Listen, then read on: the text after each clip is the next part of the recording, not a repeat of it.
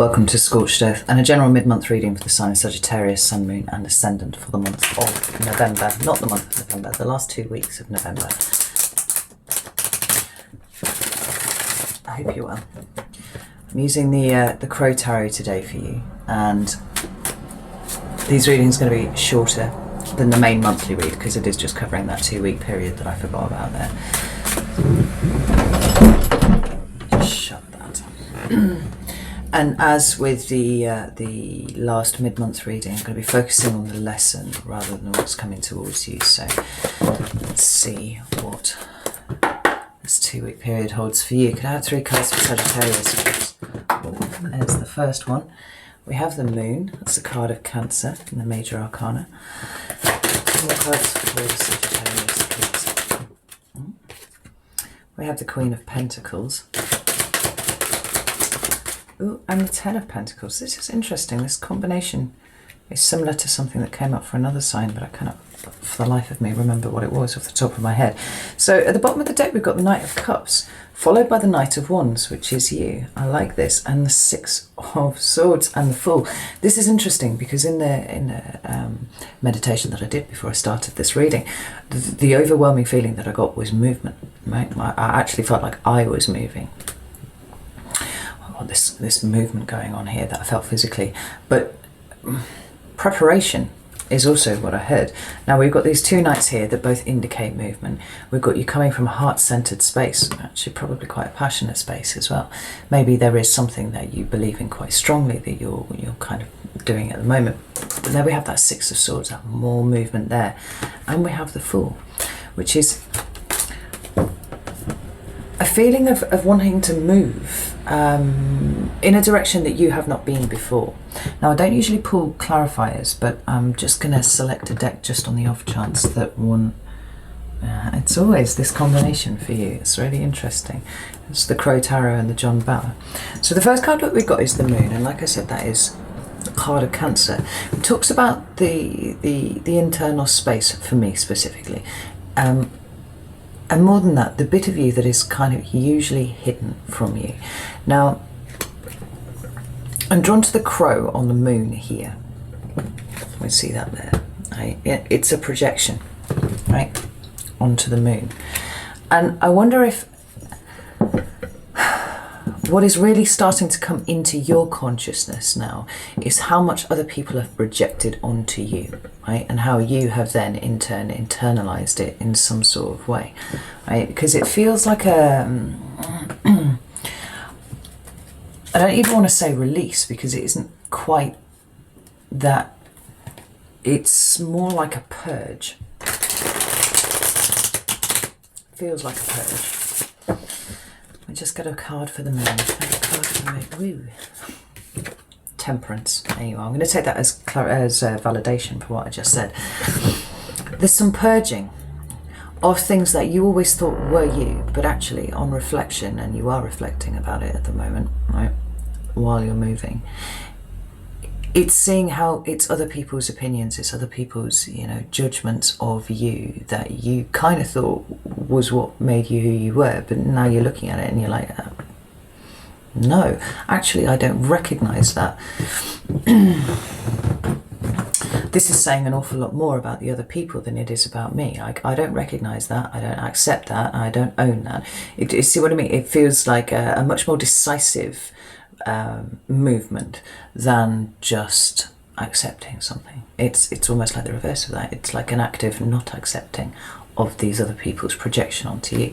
Now these other 2 cards that I've got here I really like, because we've got the Queen of Pentacles and we've got the Ten of Pentacles. Now the Queen of Pentacles, like the Knight and the Page preceding it, speaks to me of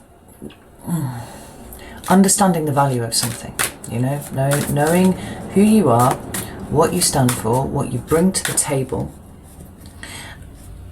It's feeling your self-worth rather than just intellectually acknowledging that you probably should, It's a careful nurturing energy, and it's like you found a bit of yourself that you were told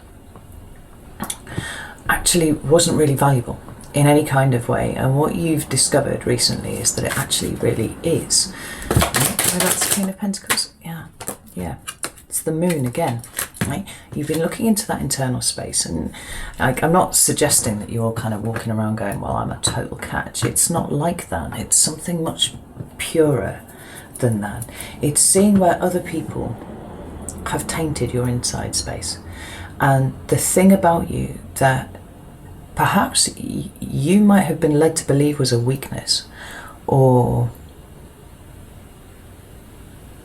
that just wasn't valued in some way, is actually one of your strengths. It's one of your, strongest, one of the strongest aspects of your character. Tell me about the Ten of Pentacles, please. And then we've got this Ten of Pentacles with the King of Swords. That's interesting.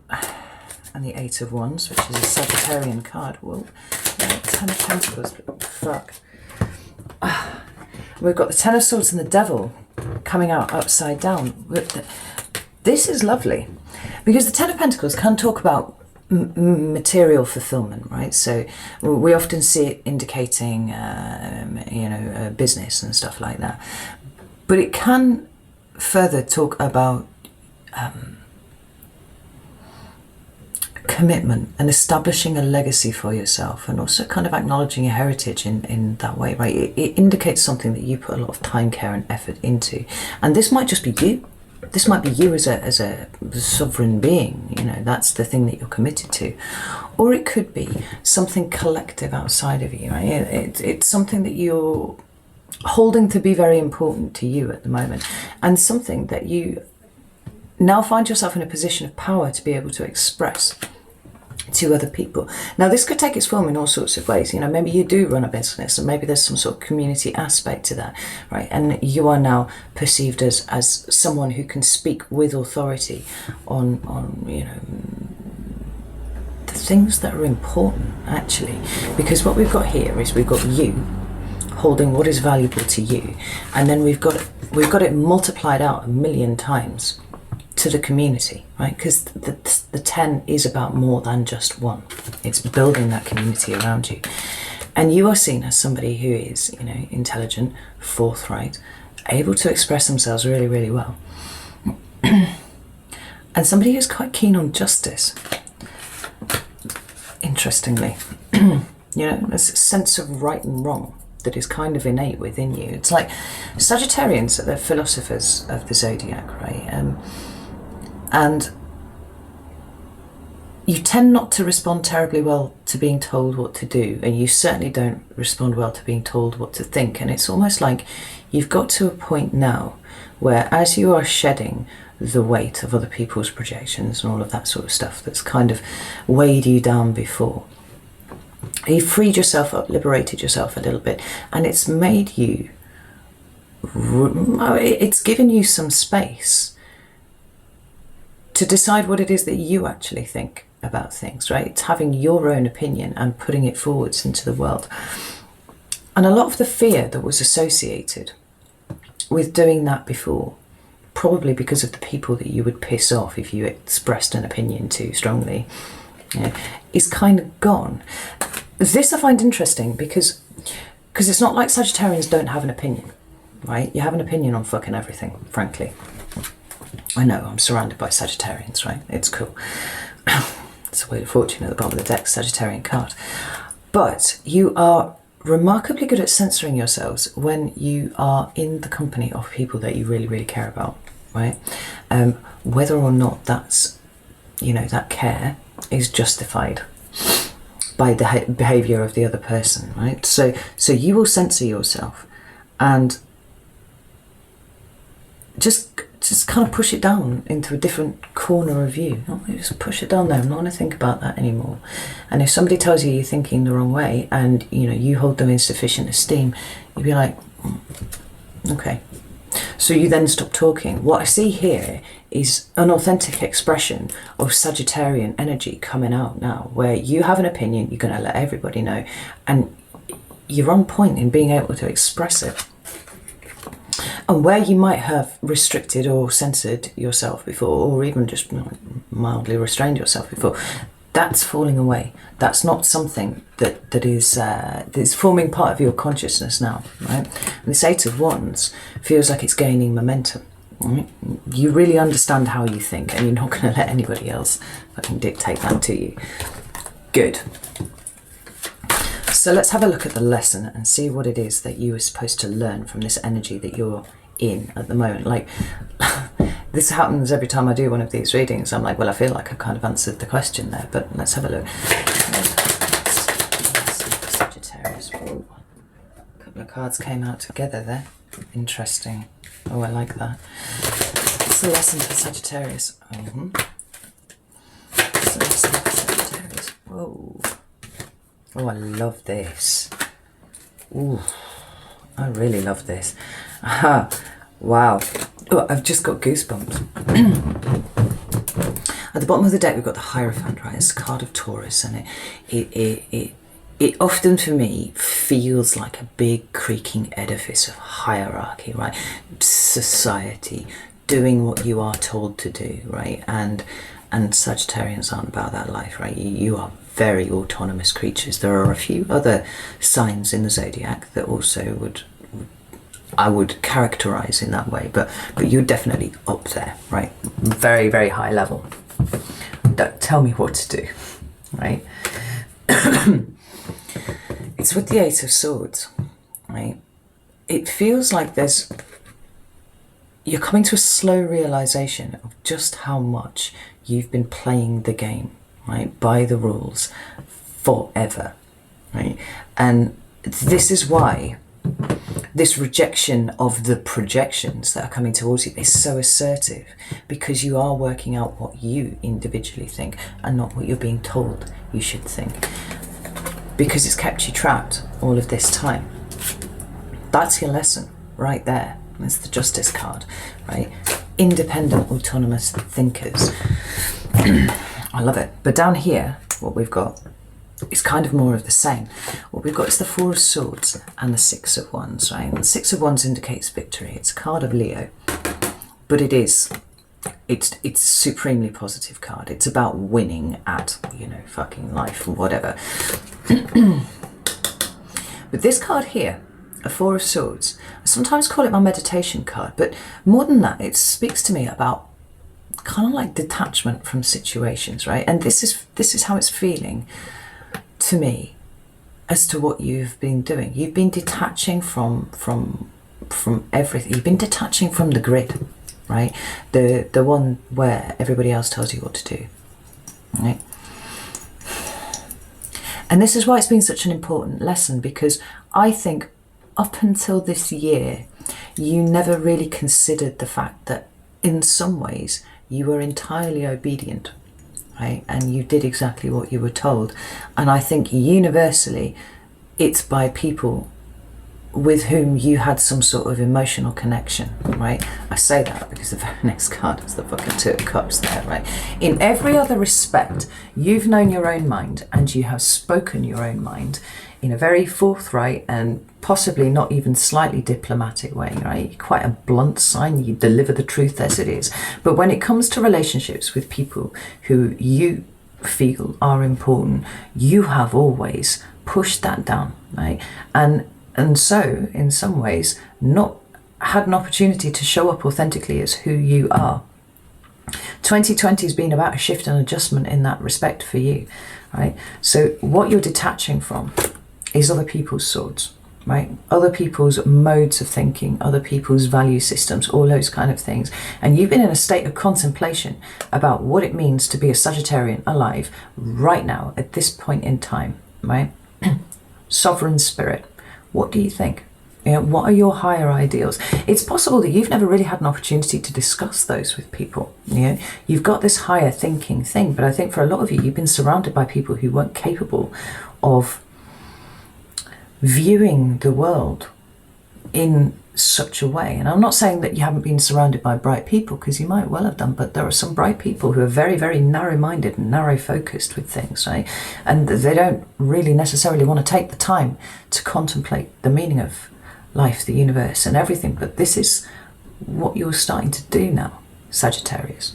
And there's an empowerment, there's a strengthening up of you at the core going on here as a result, right? here is that Two of Cups, and I think it's interesting that this is going to be what will eventually be the centre card in the middle of the reading. It's the Two of Cups. It's all about those emotional connections, the ones that in some ways you could say that they've repressed you, but actually, Sagittarius, that isn't true, because you're in charge of your own shit, right? What's happened here is you have allowed yourself to subjugate your own higher ideals, your own ways of thinking, you know, all that sort of thing. For the sake of relationships that, for the most part, and I'm going to just throw this out there, probably weren't actually worth your time, right? That's how it feels to me here. It's like 2020 has been full of epiphanies for you, and the most powerful one is how restricted you have been. You know, it's what it feels like. What I can kind of see is like a horse rearing up, just like, rah, fuck this, and you know, just like fucking off. Helicopter. A nice quiet area. So this has been a huge revelation for you. Now I'm not suggesting that what this is saying is that you are not capable of having intimate relationships. I think you're just starting to really perceive the extent to which you've been surrounded by people who have entrenched this particular habit, you know, this particular propensity that you have for muting yourself, right? Or censoring yourself, or just restraining yourself in some sort of way. And I think it's come as a massive shock. Right? I think it's been a huge slap in the face, because you always thought that you weren't like that. And yet, the final two cards here that we've got are the King of Wands and the Nine of Pentacles. Now, the King of Wands is strictly Leo, but it could well indicate Sagittarius or Aries. Now, I'm reading for you, Sagittarius, and I'm taking this as you. This is the pinnacle of the court hierarchy here, right? It's kind of on a par with the Queen of Wands, right? Obviously they're a royal partnership, but this is the active masculine presentation of the energy, right? This isn't about being sat around, you know. There's huge movement with the King of Wands all of the time, right? It doesn't keep still. It's always off on the next adventure, and it's empowerment. Right? You don't get any more empowered than this King of Wands here, right? Remember that your card is the Knight of Wands, right? Much lower down in the court echelon, much younger, much less experienced, right? This is a graduation up to something much more empowered, much wiser, actually, because I think that's something that the King of Wands doesn't get enough credit for. He's got an awful lot of experience under his belt. Right? He lives the experience, and that's where his wisdom comes from. Like, nobody can tell you how to achieve this. You have to experience it, and then process it, and then own it yourselves. And that's what you're doing, because we've got the Nine of Pentacles here.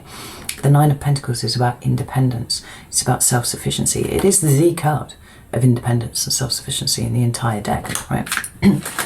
Notice that we've got the 10 as well, right? That's the collective. Oh, this message is coming through for every single sign that I'm reading here, right? I've been reading for at this period.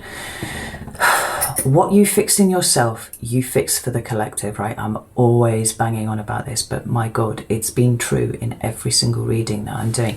This that you have fixed and have needed to fix in you is fixing something for the collective around you.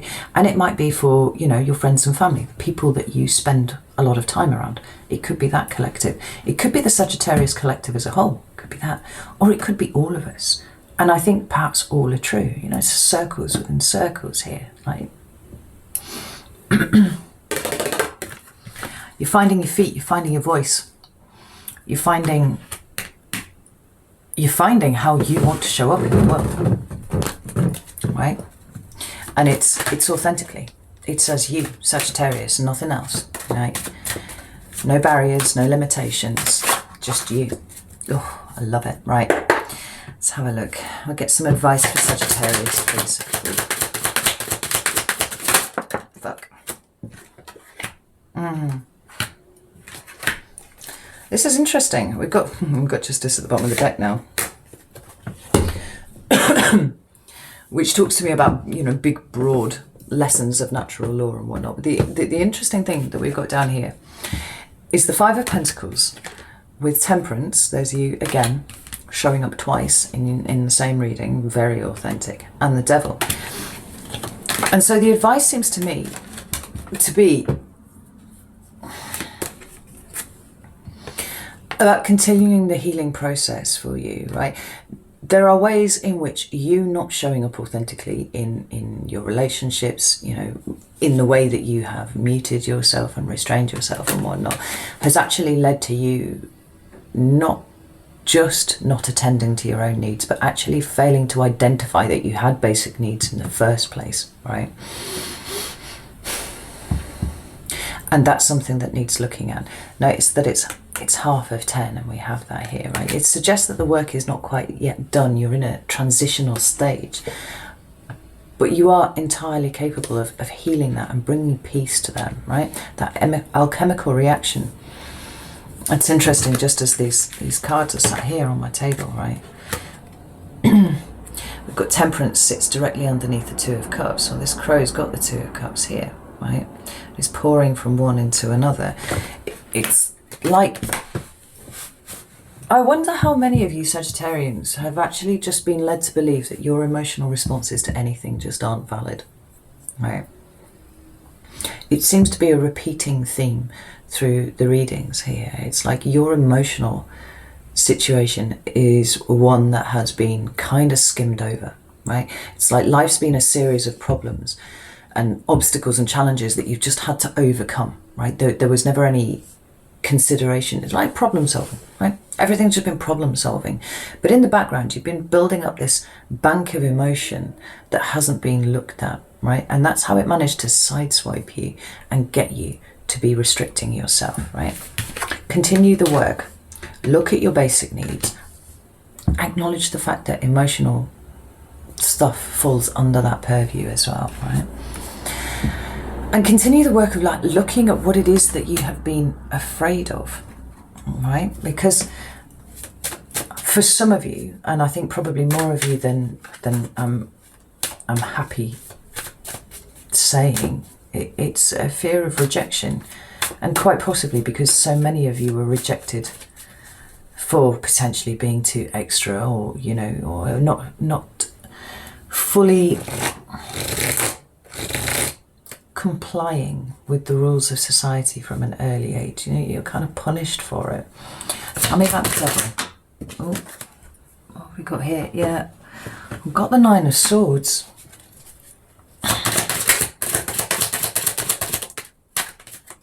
With the Seven of Wands. Yeah. And the Page of Cups. With the Knight of Cups at the bottom of the deck. Yeah.